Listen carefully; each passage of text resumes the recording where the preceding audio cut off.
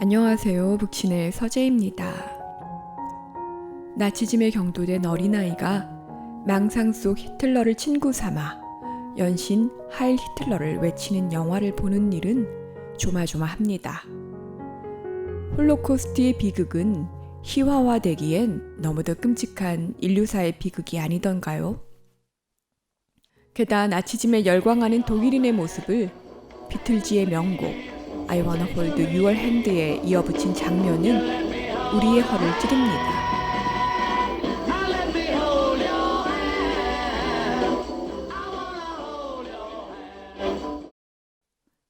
폴리네시아계 유대인 감독 타이카 와이티티는 이 영화에서 직접 히틀러 역할을 맡았습니다. 감독의 말처럼 유대인이 히틀러가 되어 그를 희화화하는 일보다 더한 히틀러에 대한 모독은 없을 듯해 보입니다. 이 작품이 지닌 코미디 성격이 불편하지 않은 것은 감독이 유대인이어서가 아니라 잘 만들어진 영화이기 때문입니다. 예술이란 무엇을이 아닌 어떻게가 관건이지 않던가요? 조조 래빗은 제2차 세계대전 말기 독일 소년단에 입단한 겁 많고 순진한 10살 아이의 성장을 그린 영화입니다. 파시즘이 무엇인지, 게슈타포가 무엇인지 모르는 아이 눈에는 군복 뽐내며 군중을 지휘하는 나치 모습이 그저 멋지게만 보일 수 있습니다. 히틀러 흉내를 내며 신나게 마을을 뛰어다니는 조조의 모습을 보면 전쟁의 참혹함 속에서도 유년의 달콤함은 깃들기 마련이라는 생각이 듭니다. 홀로코스트를 소재로 한 기존 영화의 음울함과 달리 밝고 화사한 색감 가득한 조조 래빗은 천진난만한 조조 마음의 풍경으로도 읽힙니다. 전쟁통에 아버지와 누나를 잃어도 멋지고 당당한 엄마 덕에 조조는 구김살 없이 커나갈 수 있었습니다. 그럼에도 겁 많고 바깥 세상에 두려운 아이는 그의 눈에 제일 멋진 영웅 히틀러를 상상 속의 아버지이자 친구 삼아 언제든 불러옵니다. 방안 가득한 나치의 선전 문구는 조조가 히틀러를 만화 영화 속 주인공 마냥 여기고 있음을 보여주는 부분입니다. 조조는 나치 소년단에서 배운 대로 유대인들이란 뿔 달린 괴물이자 요괴라고 믿기에 언제든지 괴물을 향해 싸울 준비가 되어 있습니다. 전쟁광 소녀 조조가 세상의 악이 되지 않을 수 있었던 것은 따뜻하고 현명한 엄마 로지가 있었기 때문입니다. 그녀는 갈 곳 없는 유대인 소녀를 벽장 속에 숨겨두는 동시에 히틀러를 숭배하는 아들의 마음을 그대로 받아줍니다. 이처럼 충돌하는 사고가 가능한 것은 사랑은 세상에서 제일 강한 것이거든 늘 믿는 선량하고 따뜻한 사람이기 때문입니다. 극단의 시대가 만든 광기와 세뇌는 적인지 아닌지만을 구분케 합니다. 그 적나라한 이분법 속에서 아이들은 총과 포탄을 가지고 놀아도 아무 죄의식이 없습니다. 이야기는 그런 조조가 우연히 벽장 속에 숨어 사는 유대인 소녀와 마주하면서 펼쳐집니다. 이 둘은 처음에는 서로에게 칼을 겨눌 만큼의 적으로 만납니다. 하지만 조조가 수류탄 불발 사고로 얼굴에 흉터를 입고 집에만 있게 되면서 둘의 관계는 달라집니다. 실체가 무엇인지 알지 못한 채 일방적으로 주입된 정보들은 자신이 저지르는 폭력에 의심을 거둡니다. 시간을 들여 상대를 알아가야 공감과 신뢰가 쌓입니다. 괴물 유대인에 대한 보고서를 쓴다는 명목으로 조조는 엘사가 숨어있는 벽을 두들기게 되고 그들은 점차 서로에게 다가갑니다. 조조가 괴물로만 생각했던 유대인 엘사는 죽은 친누나 인거의 친구였으며 무엇보다 강하고 용기 있는 사람입니다. 그리고 나치 꼬맹이 조조는 외로운 엘사의 마음을 녹여주는 아이가 됩니다. 이 영화는 타인의 마음과 자리에 서보는 역할 전이가 무엇보다 중요합니다.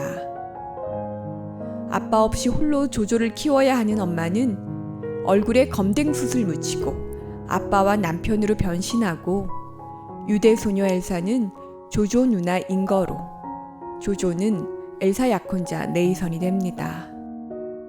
무엇보다 조조가 엘사의 약혼자가 되어 가짜 편지를 써서 읽어가는 일 속에 어린 조조는 서서히 사랑에 대한 감정을 알아가게 됩니다. 그리고 엘사는 게슈타포 앞에 목숨을 구걸하는 나약한 존재가 아니라 그들 앞에서 능청스레 죽은 인거 역할을 해냅니다. 유대인 정치의 발각은 모두의 죽음을 의미하는 절체절명의 순간이지만 그녀는 눈빛 하나 흔들리지 않을 만큼 당당합니다. 조조 래빗은 기존 홀로코스트 영화의 익숙한 패턴을 전복합니다. 히틀러는 우스꽝스럽고 익살맞으며 유대인은 당당하고 강합니다. 게슈타포의 불심 가택 수사에 엘사가 태연하게 조조 누나 인거로 위장해 모두의 목숨을 살렸듯, 조조는 엘사의 약혼자인 네이선 되기를 통해 그녀 마음 안으로 들어갑니다. 이후 조조 엄마 로지가 반나치 활동으로 처형당한 후 조조와 엘사는 세상에 혼자 남은 고아라는 같은 처지가 됩니다. 독일 패망으로 전쟁이 끝나고 이제 엘사는 자유로이 세상을 활보할 수 있게 되지만 조조는 그녀를 잃는 것이 두렵습니다. 두려움은 인간을 이기적으로 만듭니다. 독일이 이겼다는 거짓말로 엘사를 보내기 싫었던 조조는 그럼에도 그녀를 향해 엄마의 신발을 내어주고 바깥으로 향하는 문을 열어줍니다. 세상이 늘 무서웠던 어린 꼬마, 게다 제 신발끈 하나 묶지 못해 엄마의 손을 빌어야 했던 어린 조조는 영화의 마지막에서 엘사의 신발끈을 대신 메어줄 만큼 성장합니다.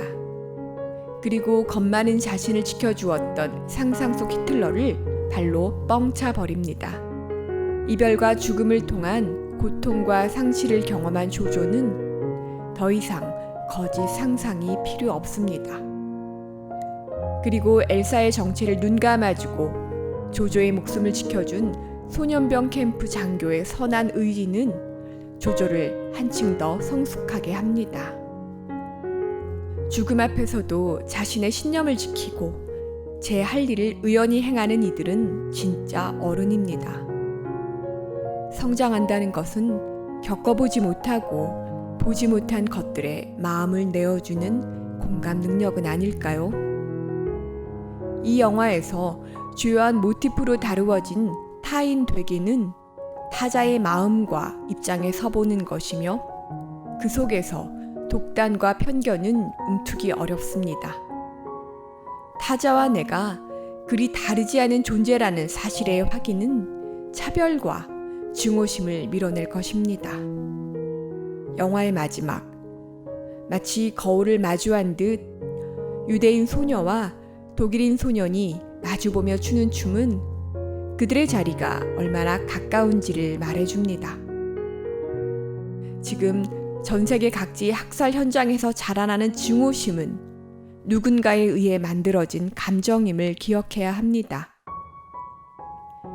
우리의 마음과 감정은 사회적 맥락에 의해 형성되는 것임을 잊지 말아야 할 것입니다.